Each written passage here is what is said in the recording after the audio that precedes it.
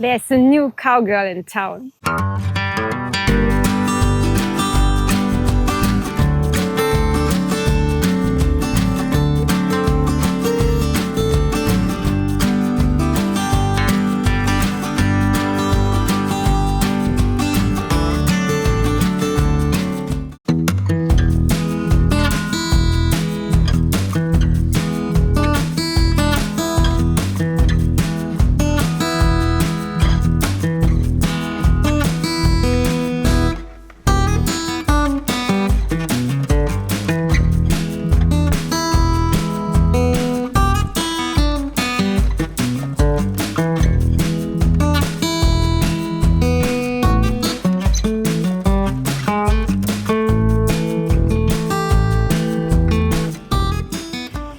Wir haben gerade einen kleinen Zwischenstopp gemacht in Luckenbach, in der Nähe von Fredericksburg. Und das ist hier so mega niedlich.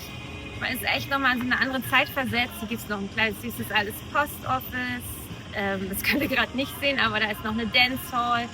Hier wird Live-Musik gespielt. Es ist so ein bisschen wie so ein Dorfanger, wo sich nachher dann, generell nicht nachher, Leute treffen. Und hier geht, glaube ich, richtig die Katze ab, oder?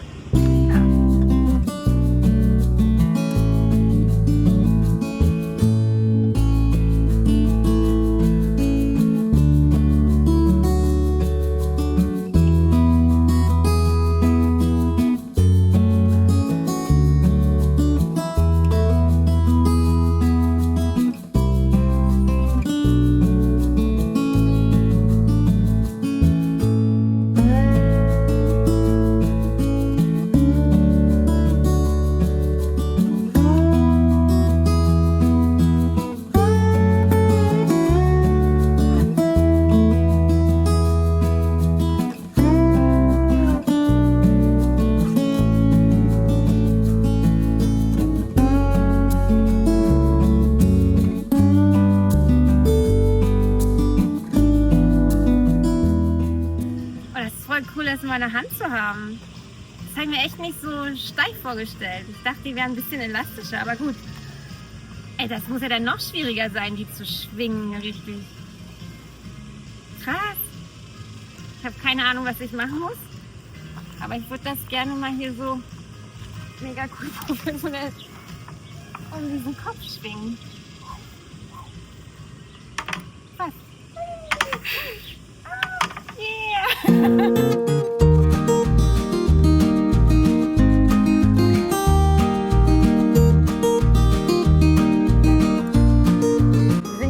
Fredericksburg.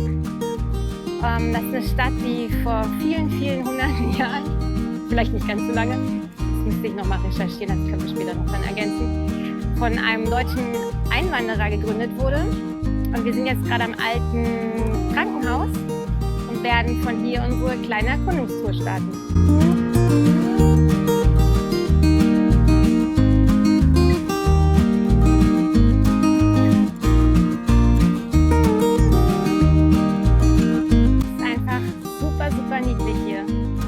Schön, nochmal diese ganzen alten Gebäude zu sehen.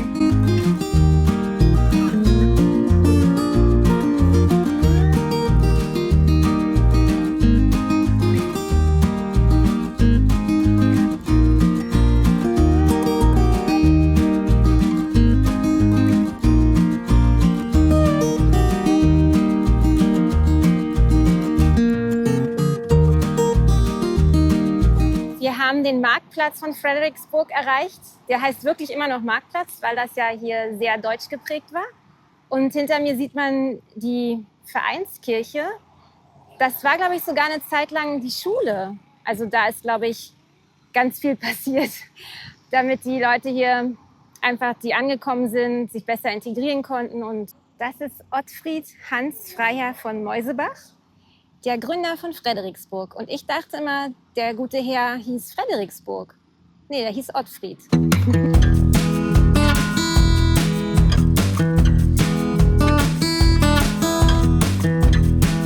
Ich weiß gar nicht, wie man bei solchen schönen Bibliotheken mit diesem wundervollen Park nicht gerne lesen kann.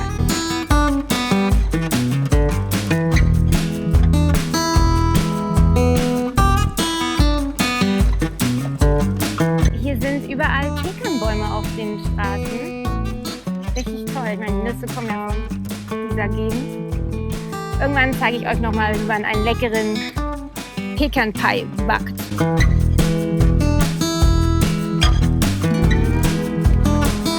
Hier ist auch noch so ein Weihnachtsgeschäft. Also Frederiksburg hat wirklich eine Boutique nach der anderen. Hier gibt es wunderschöne Sachen. Wenn man Stiefel möchte, Sommerkleider, Shorts, die Männer, was auch immer. Hier findet man wirklich alles. Und es gibt auch richtig tolle Läden, wo man so Souvenirs in hübsch findet. Weil natürlich auch hier wieder sehr viel Nationalstolz, sächsischer Nationalstolz. Wir haben echt coole Sachen. Wirklich schön, ja. Ja, ne? Ich habe ja gerade gesagt, sie wird das Shoppingherz, finde ich.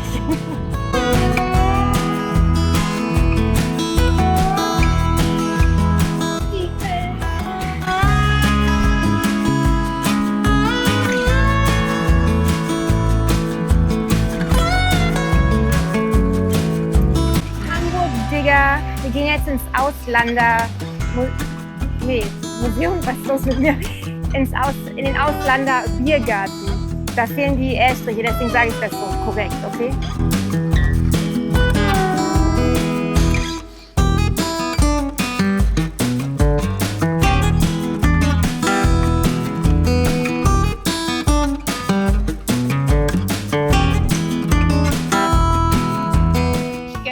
Peachradler, also Pfirsichradler. Ja, hat echt leichten Pfirsichgeschmack und ist mega erfrischend. Ah ja, Pfirsich, diese Region um Frederiksburg herum ist weltberühmt für die saftigen Pfirsiche, die wir hoffentlich auch noch an irgendeinem kleinen niedlichen Stand kaufen werden. Ich habe hier feinste Currywurst. Jeder hat mal was anderes genommen. Ich habe eine Currywurst bestellt. Wir haben noch ein Schnitzel und Rouladen, um ein bisschen so vergleichen zu können, wie authentisch die Gerichte sind. Aber ich muss sagen, rein visuell ziemlich geil.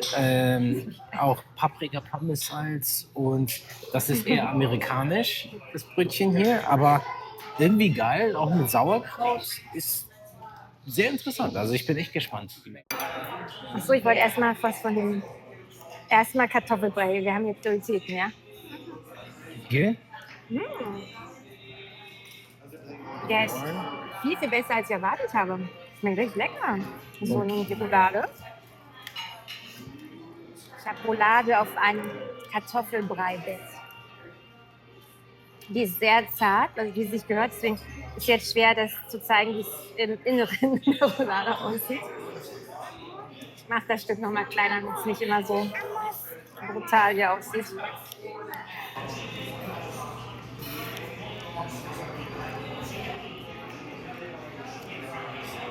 Also, jeder macht die Roulade ein bisschen anders, aber es ist schon sehr, sehr authentisch, ja. Wie hat es dir gefallen? Also das war echt interessante Atmosphäre, eher so süddeutsch, bayerisch, ja. Baden-Württemberg von der Atmosphäre, so wie so ein Biergarten. War auf jeden Fall cool, was das angeht. Wir haben auch das Essen in richtigen Deutsch bestellt, also die Gerichte richtig ausgesprochen und die Bedienung hat es auf jeden Fall verstanden. Das war natürlich auch cool, ja. Bisschen authentischer das Ganze. Ich hatte die Currywurst und die war gar nicht gut. Das war nicht wirklich eine Currywurst, das war mehr eine Bratwurst. Und der Darm außen, das war ziemlich zäh. Also das war sehr anstrengend zu essen. Ketchup war einfach ganz regulär, da war kein Curry. Deswegen die Bratwurst war so, naja. Ich hatte aber Sauerkraut auch als Beilage und der Sauerkraut war wirklich sehr gut. Ich bin eigentlich generell so kein Fan von Sauerkraut. Aber der hat wirklich gut geschmeckt. Der war auch nicht zu sauer, war angenehm. Genau, das ist so mein Fazit dazu. Ich hatte Roulade, die wird hier mit Spätzle serviert. Das habe ich aber abgelehnt, weil ich, wie gesagt, Kartoffelbrei-Liebhaberin bin. Und der Kartoffelbrei, oh mein Gott, war richtig, richtig lecker. Ich habe das nicht so gut erwartet. Ich glaube wirklich, der war mit frischen Kartoffeln, sogar mit Schale gemacht. Und Gravy war gut. Also mir war ein bisschen zu viel Speck in der Roulade, aber das ist ja Geschmackssache. Ich persönlich mache die halt ohne Speck. Oh ja, es tut mir leid, ich oute mich. Das war richtig gut. Und ich glaube, dass Olaf das Schnitzel, was er bestellt hat, auch ziemlich gut fand. Er hatte sogar ganz exotisch die Zitrone, die es dazu gab, leicht angebraten. Was für eine verrückte Sache. Also Fazit würde ich sagen, ich kann glaube ich... Dein Getränk?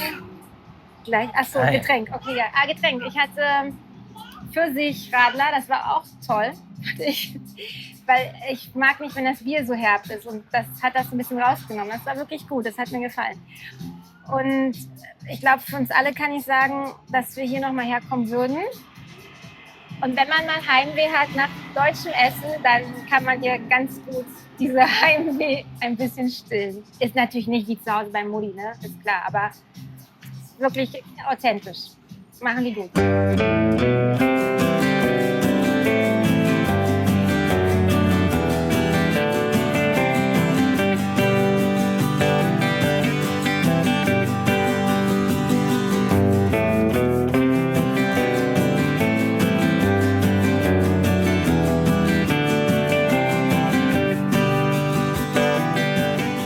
Und wie gefällt dir Frederiksburg?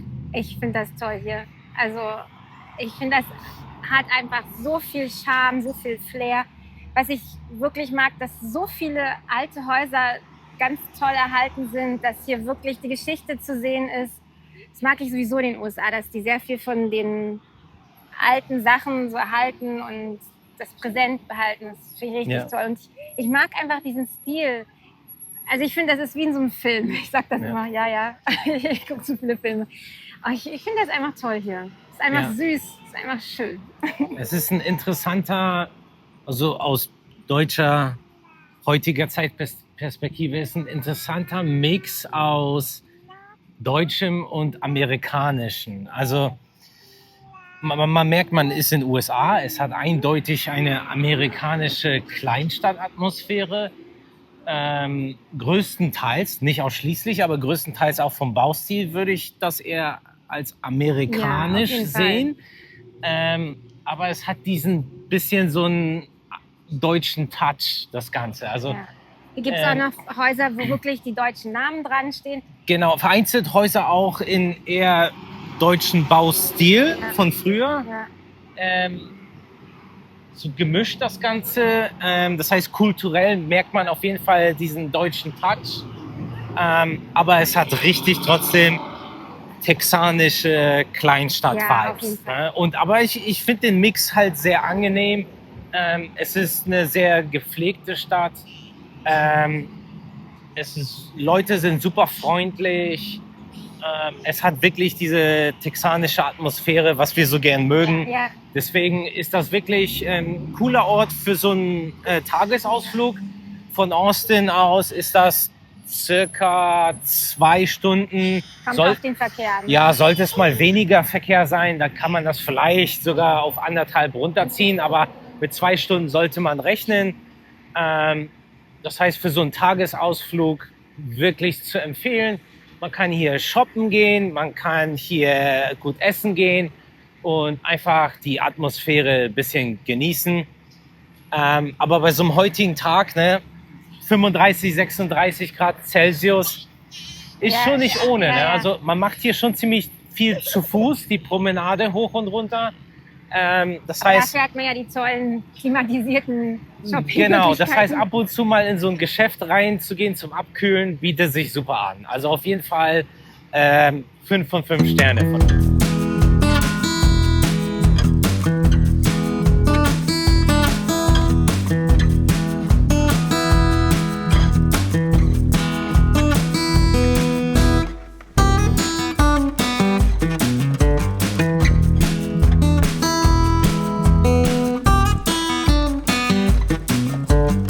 Bei Fat Donkey, glaube ich. Nein.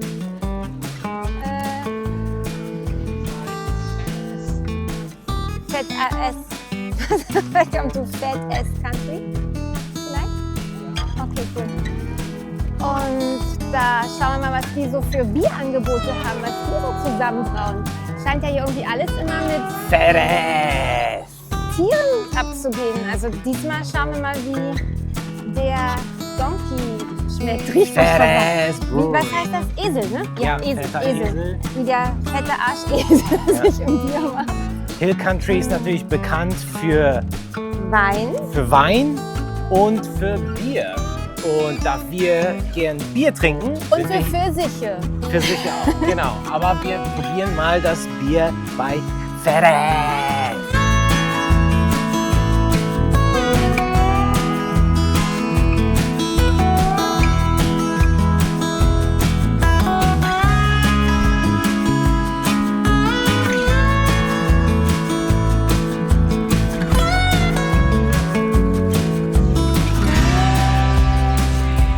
Schön, dass jede Brauerei oder Weinerei, nee, das ist falsch, wie heißt das?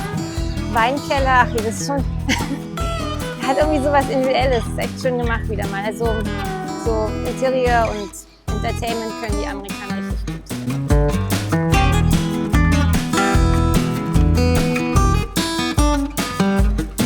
So, wir sind jetzt drin und haben uns Bier geholt und probieren das Ganze mal durch. Wir haben so verschiedene Lager, Pilz, alles Mögliche ein bisschen durchzuprobieren.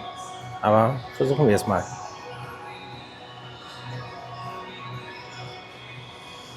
Oh, das ist interessant. Das ist ein Lager. Man merkt so die schwere, bittere vom Lager, aber hat so eine leichte süßliche Note, was ich eigentlich gerade bei Pilz und so weiter gar nicht mag. Gerade diese IPAs überhaupt nicht meins. Aber diese schwere Lager mit einer leichten süßlichen Note ist echt geil. Und wie ihr sicher sehen könnt, von innen super cool dekoriert. Alles im Auto-Theme, verschiedene Generationen. Hier haben die Sitzbänke aus alten Hinterteilen von Fahrzeugen gemacht. Also passt zum Brauereinamen. Fettes! Also wirklich ganz coole Atmosphäre hier, Merch. Und euch zeigen wir gleich nochmal die andere Hälfte. Da stehen ganz viele Fässer und ein bisschen leicht andere Atmosphäre als hier. Also wirklich ganz coole Sache. Es ist wie so eine große Halle, das heißt, es wirkt so ein bisschen wie so eine Autogarage. Auf der Seite zumindest. Ich habe mir ein Peach Wheat Ale gegönnt. Schauen wir mal.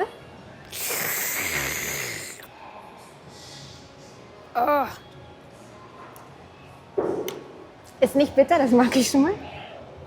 Ich schmecke jetzt den Pfirsich nicht so raus wie bei dem Radler, was ich vor einer Stunde hatte. Aber bin positiv überrascht. Auf jeden Fall tut das gerade richtig gut. Ist so schön erfrischend bei dem heißen Wetter. Ja, irgendwie muss ich heute an meine Pfirsiche kommen, ne? Und wenn es in Bier ist.